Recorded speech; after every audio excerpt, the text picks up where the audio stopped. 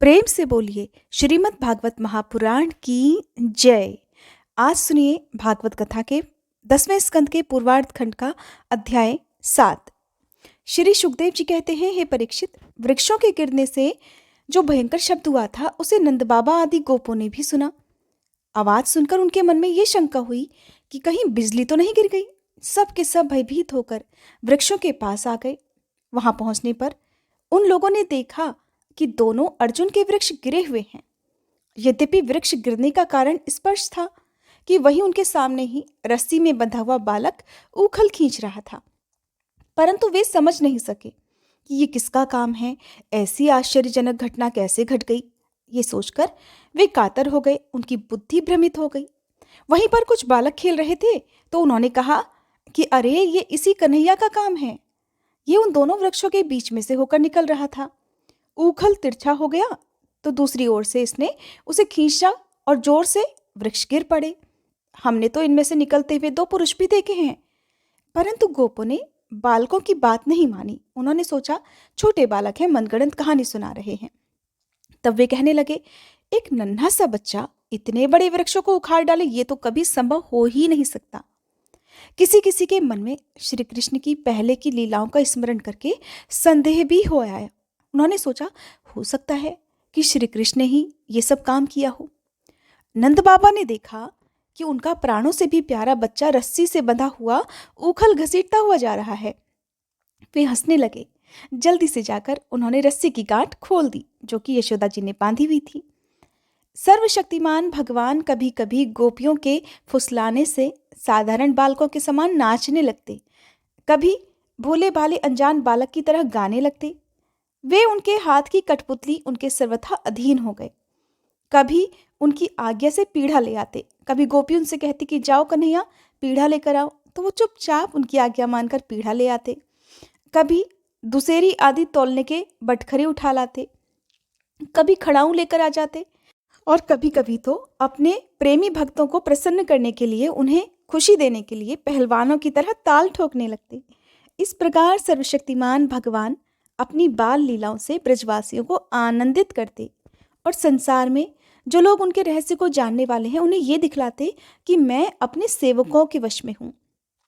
एक दिन कोई फल बेचने वाली आकर पुकार उठी, फल ले लो, फल ले लो। ये सुनते ही समस्त कर्म और उपासनाओं के फल देने वाले भगवान अच्युत फल खरीदने के लिए अपनी छोटी सी अंजलियों में अनाज लेकर दौड़ पड़े। अनाज इसलिए क्योंकि उस समय किसी भी वस्तु के बदले अनाज का ज्यादा प्रचलन था। अनाज के बदले दूसरी वस्तु खरीद ली जाती थी।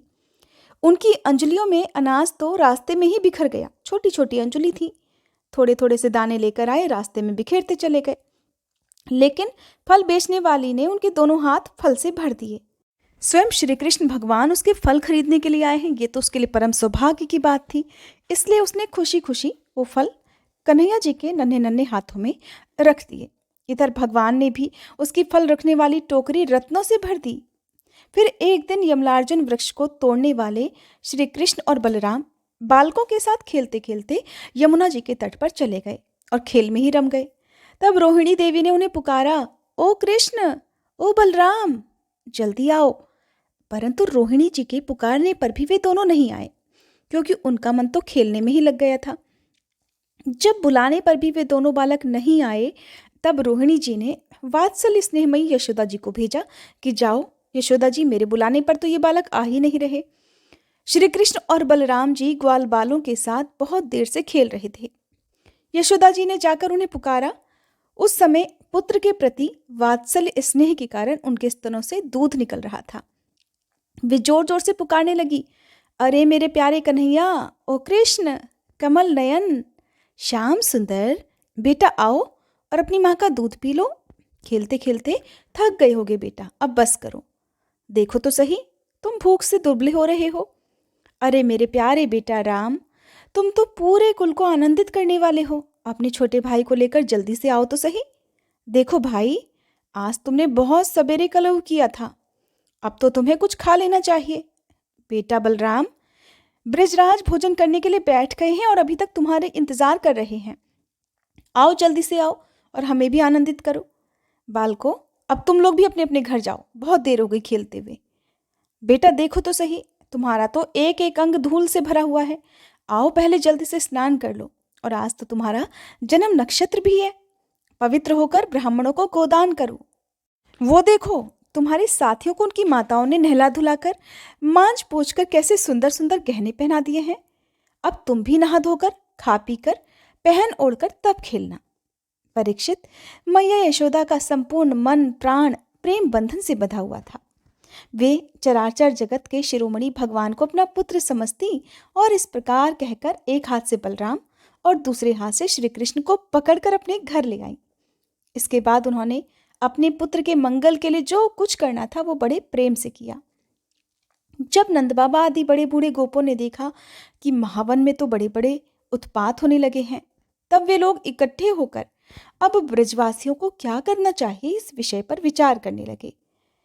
उनमें से एक गोप का नाम था उपनंद। वे अवस्था में तो बड़े थे ही, ज्ञान में भी बड़े थे। उन्हें इस बात का पता था कि कब किस समय किस वस्तु को किस स्थान पर कैसा व्यवहार करना चाहिए। साथ ही वे ये भी जानते थे कि राम और श्याम सुखी रहें, उन पर कोई विपत्ति ना आए। उन्होंने कहा, भाइयों, अब यहाँ ऐसे बड़े बड़े उत्पात होने लगे हैं जो बच्चों के लिए बहुत ही कष्टकारी हैं। इसलिए अगर हम लोग गोकुल और गोकुल वासियों का भला चाहते हैं तो हमें यहाँ से अपना अपना डेरा उठाकर कूच कर देना चाहिए, कहीं और चले जाना चाहिए।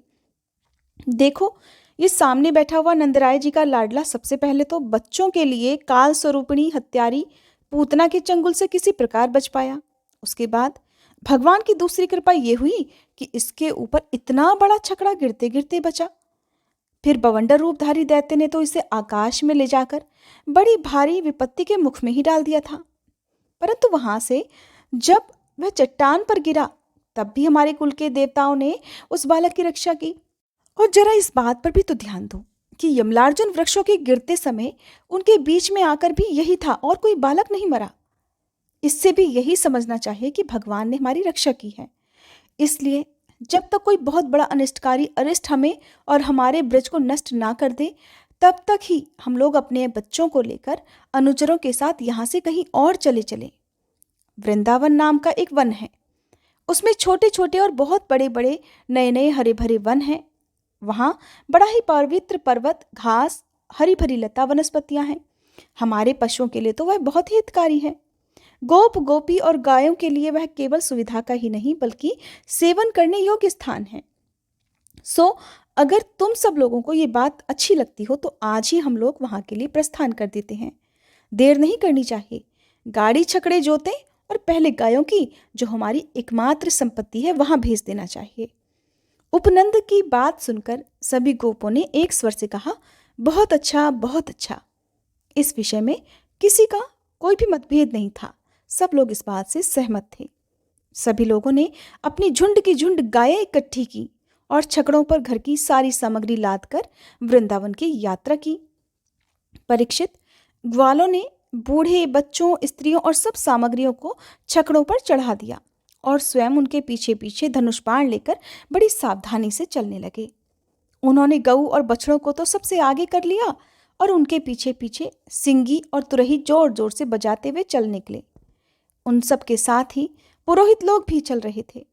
गोपियां अपने वक्ष स्थल पर नई केसर लगाकर, सुंदर सुंदर वस्त्र पहनकर, गले में सोने के हार धारण किए हुए रथों पर सवार थीं।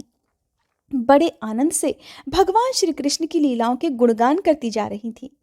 यशोदा जी और रोहिणी जी भी वैसे ही सज धज कर अपने अपने प्यारे पुत्र श्री कृष्ण और बलराम के साथ एक छकड़े पर शोभायमान हो रही थी। वे दोनों अपने बालकों की तोतली बोली सुन सुनकर भी अघाती नहीं थी और सुनना चाहती थी। तोतले बालकों की बोली बहुत प्यारी लगती है ना। वृंदावन बड़ा ही सुंदर वन है। चाहे कोई भी ऋतु हो, वहां हमेशा सुख ही सुख रहता है। उसमें प्रवेश करके ग्वालों ने अपने छकड़ों को अर्धचंद्राकार मंडल बांधकर खड़ा कर दिया और अपने गोधन के अर्थात गौओं के रहने योग्य स्थान भी बना लिया। परीक्षित, वृंदावन का हरा भरा वन अत्यंत मनोहर गोवर्धन पर्वत और यमुना नदी के सुंदर सुंदर पुलिनों को देखकर भगवान श्री कृष्ण और बलराम जी के हृदय में उत्तम प्रीति का उदय हुआ। बलराम और श्याम दोनों ही अपनी तोतली बोली और अत्यंत मधुर बालोचित लीलाओं से गोकुल की ही तरह वृंदावन में भी ब्रजवासियों को आनंद देते रहे। थोड़े ही समय में, कुछ दिनों के बाद, वे बछड़े भी चराने लगे। दूसरे ग्वाल बालों के साथ खेलने के लिए बहुत सी सामग्री लेकर वे घर से निकल पड़ते और गायों के रहने के स्थान के पास ही अपने नन्हे नन्हे बछड़ों को चराते। श्याम और राम कहीं बांसुरी बजा रहे हैं तो कहीं गुलेल या ढेल बांस से ढेले और गोलियां फेंक रहे हैं, जैसे कि आमतौर पर छोटे छोटे बालक किया करते हैं। किसी समय अपने पैरों के घुंघरू पर तान छेड़ रहे हैं तो कहीं बनावटी गाय और बैल बनकर खेल रहे हैं। एक ओर देखिए तो सांड बन बनकर हकड़ते हुए आपस में लड़ रहे हैं और दूसरी ओर मोर, कोयल, बंदर आदि पशु पक्षियों की तरह तरह की बोलियां निकाल रहे हैं। हे परीक्षित, इस प्रकार सर्वशक्तिमान भगवान साधारण बालकों के समान ही खेलते रहते। एक दिन की बात है, बलराम और श्री कृष्ण अपने प्रेमी सखा ग्वाल बालों के साथ यमुना तट पर बछड़े चरा रहे थे। उसी समय उन्हें मारने की नीयत से एक दैत्य वहां पर आया। भगवान ने देखा कि वह बनावटी बछड़े का रूप धारण करके बछड़ों के ही झुंड में मिल गया है। वे आंखों के इशारों से बलराम जी को दिखाते हुए धीरे धीरे उसके पास पहुंच गए। उस समय ऐसा जान पड़ता था मानो वे दैत्य को तो पहचानते ही नहीं और उस हट्टे कट्टे सुंदर बछड़े पर मुग्ध हो गए हैं। भगवान श्री कृष्ण ने पूंछ के साथ ही उसके दोनों पिछले पैर पकड़कर आकाश में जोर से घुमाया और मर जाने पर कैथ के वृक्ष पर पटक दिया। उसका लंबा तगड़ा दैत्य शरीर बहुत से कैथ के वृक्षों को गिराकर स्वयं भी गिर पड़ा। ये देखकर ग्वाल बालों के आश्चर्य की सीमा नहीं रही और वे वाह वाह करके प्यारे कन्हैया की प्रशंसा करने लगे। देवतागण भी बड़े आनंद से फूलों की वर्षा करने लगे। परीक्षित, जो सारे लोकों के एकमात्र रक्षक हैं, वे ही श्याम और बलराम अब वत्सपाल अर्थात बछड़ों के चरवाहे बने हुए हैं। वे तड़के ही उठकर कलेवे की सामग्री ले लेते। कलेवा सुबह के नाश्ते को कहते हैं और बछड़ों को चराते हुए एक जंगल से दूसरे जंगल में घूमा करते। एक दिन की बात है, सभी ग्वाल बाल अपने झुंड के झुंड बछड़ों को पानी पिलाने के लिए जलाशय के किनारे पर गए। उन्होंने पहले बछड़ों को जल पिलाया और फिर खुद भी पिया। ग्वाल बालों ने देखा कि वहां पर एक बहुत बड़ा जीव बैठा हुआ है। ऐसा लगता था मानो इंद्र के वज्र से कटकर कोई पहाड़ का टुकड़ा गिरा हुआ हो। ग्वाल बालों ने देखा तो उसे देखकर डर गए। वह बक नाम का बड़ा भारी असुर था जो बगले का रूप धारण करके वहां पर आया हुआ था। उसकी चोंच बड़ी तीखी थी और स्वयं वह बड़ा बलवान था। उसने झपट कर श्री कृष्ण को समूचा ही निकल लिया। जब बलराम आदि बालकों ने देखा कि वह बड़ा भारी बगुला श्री कृष्ण को निकल गया है, तब उनकी वही गति हुई जो प्राण निकल जाने पर इंद्रियों की होती है। वे तो मूर्छित हो गए। परीक्षित, श्री कृष्ण लोक पितामह ब्रह्मा जी के भी पिता हैं। वे लीला से ही गोपाल बालक बने हुए हैं। जब वे बगुले के तालू के नीचे नहीं पहुंचे, तब वे आग के समान उसका तालू ही जलाने लगे।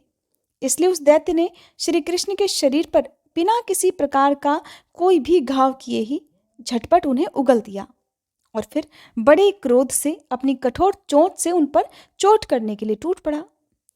कंस का सखा बकासुर अभिभक्त वत्सल भगवान श्री कृष्ण पर झपट ही रहा था कि उन्होंने अपने दोनों हाथों से उसके दोनों ठोर पकड़ लिए, अर्थात उसकी चोंच के दोनों किनारे पकड़ लिए और ग्वाल बालों के देखते ही देखते खेल ही खेल में उसे वैसे ही चीर डाला जैसे कोई कपड़े के दो किनारों को दो तरफ से पकड़कर बीच में से चीर डालता है।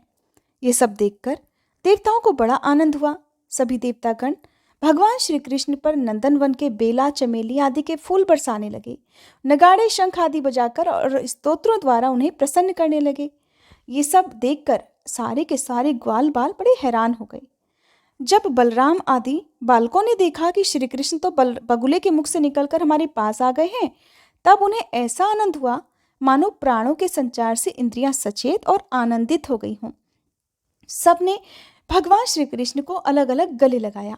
इसके बाद अपने अपने बछड़े हाँककर सभी ब्रज में आ गए और उन्होंने वहां पर घर के लोगों से वन में घटित हुई सारी घटना कह सुनाई। परीक्षित, बकासुर के वध की घटना सुनकर सभी के सब गोप गोपी आश्चर्यचकित हो गए। उन्हें ऐसा लगा जैसे कन्हैया जी साक्षात मृत्यु के मुख से ही लौट कर आए हों। वे बड़ी उत्सुकता, प्रेम और आदर से श्री कृष्ण को निहारने लगे। उनके नेत्रों की प्यास बढ़ती ही जाती थी, किसी भी प्रकार उन्हें तृप्ति होती ही नहीं थी। वे आपस में कहने लगे, हाय, ये कितने आश्चर्य की बात है कि इस बालक को कितनी बार मृत्यु के मुंह में जाना पड़ा, परंतु जिन्होंने भी इसका अनिष्ट करना चाहा, जिन्होंने भी इसे मारना चाहा, उन्हीं का अनिष्ट हो गया, क्योंकि उन्होंने पहले से दूसरों का अनिष्ट किया था। ये सब होने पर भी वे भयंकर असुर इसका कुछ भी नहीं बिगाड़ पाते। आते हैं इसे मार डालने की नीयत से, किंतु आग पर गिरकर पतंगों की तरह उल्टे खुद ही जलकर खाक हो जाते हैं। सच है, ब्रह्मवेत्ता महात्माओं के वचन कभी झूठे नहीं होते। देखो ना, महात्मा गर्गाचार्य जी ने जितनी बातें कही थी, सब की सब 16 आने ठीक उतर रही है। नंद बाबा आदि गोपगण इसी प्रकार बड़े आनंद से अपने श्याम और बलराम की बातें किया करते। वे उनमें इतने लीन रहा करते कि उन्हें संसार के दुख और संकटों का कुछ पता ही नहीं चलता। इसी प्रकार बलराम और श्री कृष्ण ग्वाल बालों के साथ कभी आंख मिचौली खेलते, तो कभी पुल बांधते, कभी बंदरों की तरह उछल कूद करते, और कभी कभी तो कोई विचित्र खेल खेला करते। इसी प्रकार के बालोचित खेलों से उन दोनों ने ब्रज में अपनी बाल्यावस्था बिताई। आज का अध्याय समाप्त हुआ। इसके बाद जो कुछ हुआ, उन्होंने किन किन असुरों का वध किया, किन का उद्धार किया, इस बारे में जानने के लिए उम्मीद करती हूँ आप अगली वीडियो का इंतजार जरूर करेंगे।